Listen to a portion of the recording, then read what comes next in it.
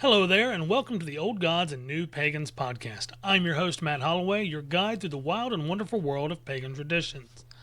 Whether you're a seasoned pagan, a curious newcomer, or just here for the stories, you're in the right place.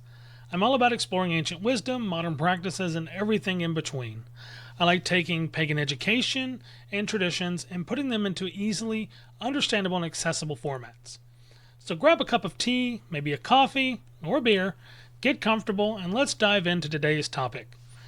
Today we're talking about offerings and sacrifices, two concepts that get thrown around a lot in pagan circles, often interchangeably, but they're actually quite different beasts.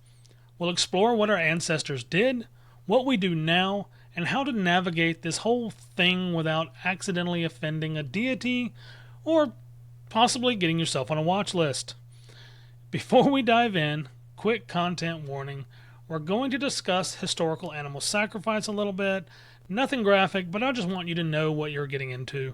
This is educational stuff, not a how-to guide. Remember, nobody has all the answers, but asking questions, that's where we learn. Alright, let's start with the basics. Because, and I cannot stress this enough, offerings and sacrifices are not the same thing. Despite what that person who read that one book on witchcraft or paganism might tell you, they're not. An offering is essentially a gift. I like to see them as a guest gift. You're giving something to a deity, a spirit, or nature of the universe itself as a sign of respect, of gratitude, or to build a relationship. Think of it like bringing flowers to a dinner party. You're not expecting anything specific in return, but you're showing up with good intentions. A sacrifice, on the other hand, involves giving up something of value, and I mean real value, with the understanding that you're permanently losing it. The word literally comes from the Latin sacrificium, meaning to make sacred. You're taking something from the mundane world and consecrating it, often through destruction. Here's the key difference. Offerings can be retrieved, reused, or consumed later. That apple you left on your altar, you can eat it tomorrow if you want. But a sacrifice, that's gone forever. When our ancestors threw weapons into bogs or burned grain in fires, they weren't coming back for that shit. In modern practice, most of what we do are offerings. We've moved away from the permanent destruction model for many obvious reasons. Namely, it's expensive, it's often impractical, and let's be honest, most of us can't afford to burn money in the literal sense. You know what I mean? But here's where it gets interesting. Some modern pagans practice what we might call symbolic sacrifice. They'll give up something meaningful, maybe a favorite piece of jewelry thrown into a river, or they may fast for a day or donate money or items that they'd rather spend or use themselves. The key is that genuine sense of loss. Now, there are many types of offerings, so we're going to talk about a few different things. So much as like the bread and butter of modern pagan practice, offerings. These come in different varieties. They come in more varieties than, let's say, craft beer at a Portland festival. So let's break them all down. First, we have food and drink. They are probably the most common. Bread, fruit, wine, milk, honey, mead, beer, etc. Basically anything you'd serve to a guest. The logic is pretty straightforward. If you'd offer it to someone you respect, the gods would probably appreciate it too. Plus, food offerings have this beautiful temporary quality. They decay, they change, they become part of the earth again. They can be composted. They can feed wildlife, things like that. Another thing is incense and smoke offerings. They're huge across many cultures around the world because there's really something primal about watching smoke rise up, carrying your intentions and prayers with it. Whether it's frankincense, sage, cedar, juniper, whatever, or just whatever's in your kitchen spice rack. Throw some cinnamon sticks on there. You're creating something ephemeral and quite beautiful. Fire offerings? Now they step things up a little notch. We're talking about actually burning stuff. Papers with written prayers, small tokens, even hair or nail clippings were common in some traditions.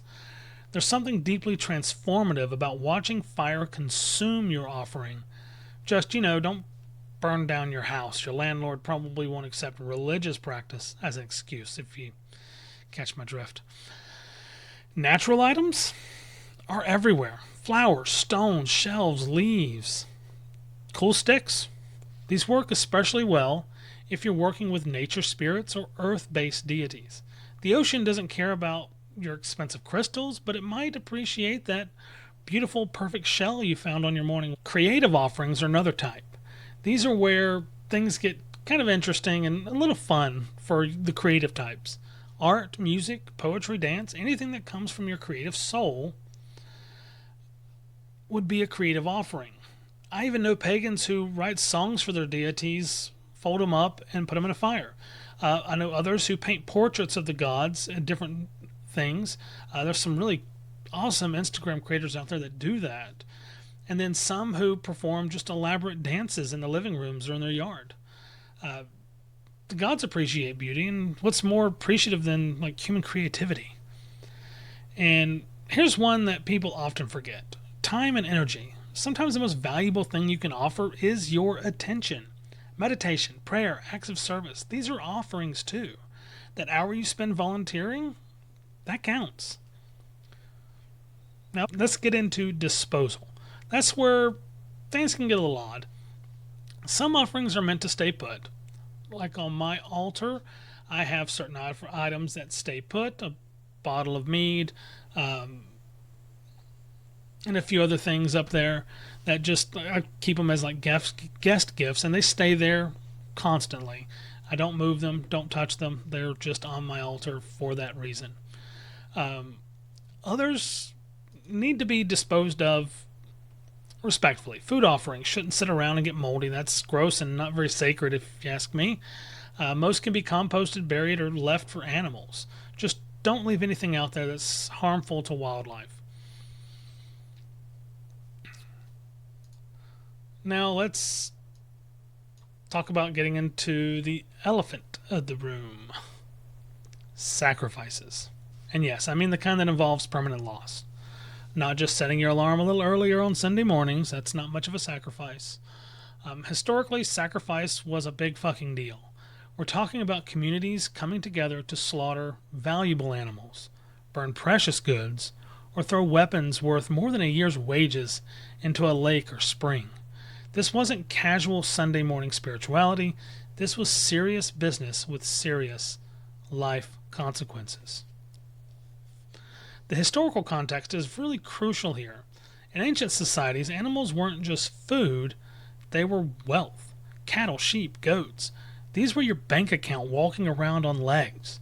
When you sacrificed a bull to Zeus, you were literally burning money. That's a lot of what made it sacred, that genuine loss. Different types of sacrifices varied widely across cultures. The Greeks had their elaborate temple ceremonies with priests and proper procedures. The Norse had bloats, or community gatherings where animals were killed, their blood used in the ritual, and the meat shared among participants. Celtic traditions involved everything from grain offerings thrown into fires to more dramatic sacrifices in sacred groves.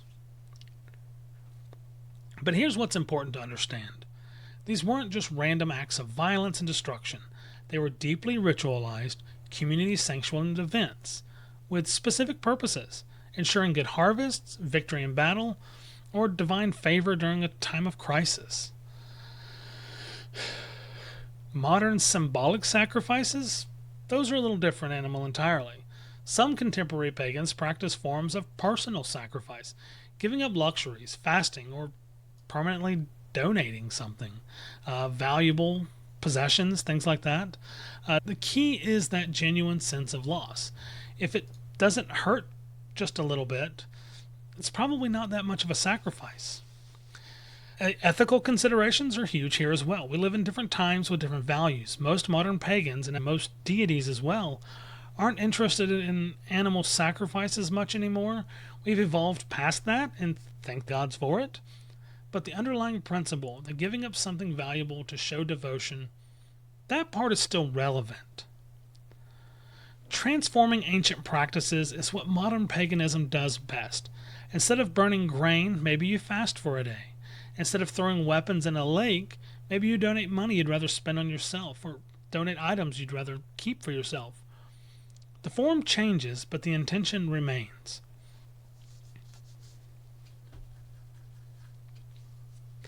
Let's take a tour through some specific cultural practices, because this stuff gets really interesting when you see how different societies approach the same basic concepts. The Greeks were incredibly sophisticated. They had specific animals for specific gods, proper procedures for everything, and elaborate temple complexes designed around sacrifice. But here's the thing, it wasn't just about the gods. These were community events. The meat was shared, the hides were used, nothing was wasted. It was religious practice, social bonding, and communal feast rolled all into one. The Greeks also had different types of offerings: libations of wine or oils, first fruits from harvests, and what they call bloodless sacrifices, pretty much what we would call just basic offerings today. They understood the difference between giving something up permanently and sharing something with the divine. Norse bloat is pretty fascinating to me because it was so community-centered. These weren't private rituals, they were public events where the entire communities came together. The word bloat itself means to blood or to strengthen. The idea was that these sacrifices literally strengthened the bonds between the humans and the gods, and they also strengthened the bonds within the community as well. But the Norse were very practical people. The animals were eaten, the blood was used for the blessing, and the bones were often carved into tools or jewelry. Nothing was ever wasted. It was sacrifice, but it was also resource management. One thing about the Norse bloat that I find really fascinating is it's believed that they would take the blood and sprinkle it over a field in order to kind of bless that field, or giving that blood back to nature or to the gods. But when we look at it with a modern context, sprinkling blood over a field is fertilizer. It's high nitrogen, has a lot of iron, a lot of other minerals that are needed for plants to grow. So not only were they honoring their deities and their beliefs and the spirits, they were literally fertilizing their fields with these practices. So when you look at it from this context, nothing went to waste. Again, it was all about that resource management. Now, Celtic traditions are a little harder to pin down because, well, the Celts weren't really interested in writing things down. They are verbal culture. But from what we can gather from archaeological evidence and later sources, they had a complex relationship with sacrifice. We've got evidence of weapons thrown into water in springs, animals buried in ritual context, and yes, probably some human sacrifice during extreme circumstances. To be honest, human sacrifice happened all over the world in pretty much every tradition. But the Celts also had gentler practices, leaving food at sacred sites, offering crafted goods to nature spirits, and what we might call maintenance offerings, or regular small gifts to keep the relationship with the other world healthy. Modern adaptations are where it gets creative. Contemporary Celtic reconstructionists might leave offerings at a sacred well, Norse heathens might share mead in honor of their ancestors, and Greek polytheists might pour libations to their household gods. The common threads across these traditions: reciprocity, community, and the understanding that the relationship between humans and the divine requires maintenance. You can't just show up when you need something. You need to build and maintain these relationships over time.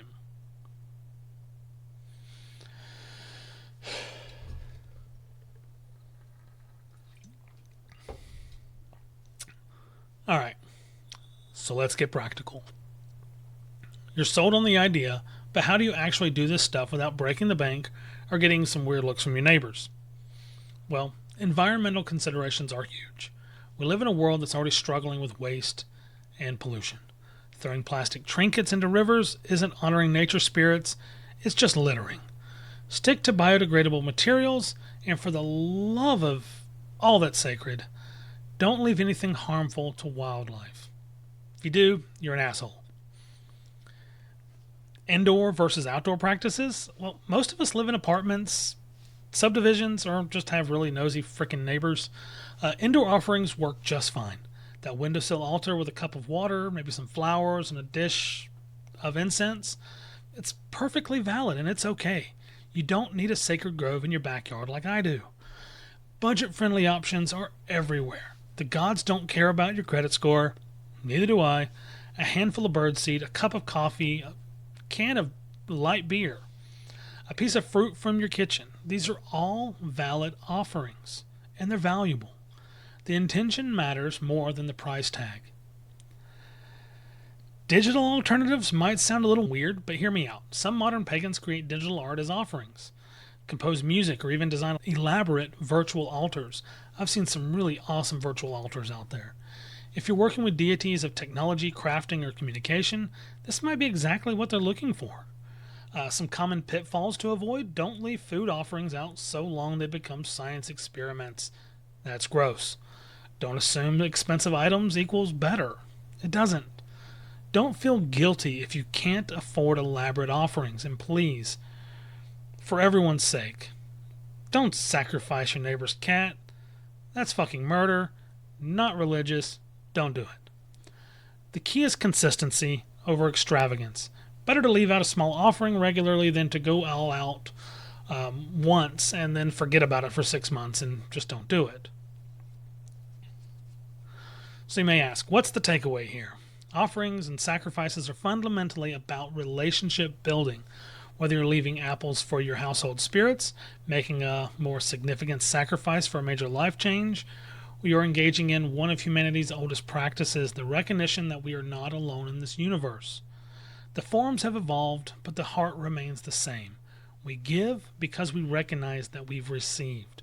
We sacrifice because some things are worth more than their material value. And we maintain these practices because the relationship between the human and the divine requires attention, just like any other relationship. Personal practice development is going to be different for everyone. So start small, be consistent, and pay attention to what feels right for you and your spiritual path. The gods have been around for millennia. They're pretty patient. They'll wait for you to figure it out. Adapting traditional methods does not mean you're doing it wrong. It means you're doing what humans have done, taking ancient wisdom and making it work in the modern world. That's not disrespectful, that's evolution, and what humans have done for millennia. Next episode, we might be diving into seasonal celebrations, maybe, and how different pagan traditions mark the turning of the wheel and how they honor those different things. Should be fun. The exact direction may change, but may touch on things like Blood, Samhain, and other spiritual practices. So until then, keep exploring, keep asking questions, question everything around you, and remember, the best spiritual practice is the one you'll actually do. The small, tiny practices are what build a pagan path. Thanks for joining me, Old Gods and New Pagans. I'm Matt Holloway, and I hope to see you in the next one.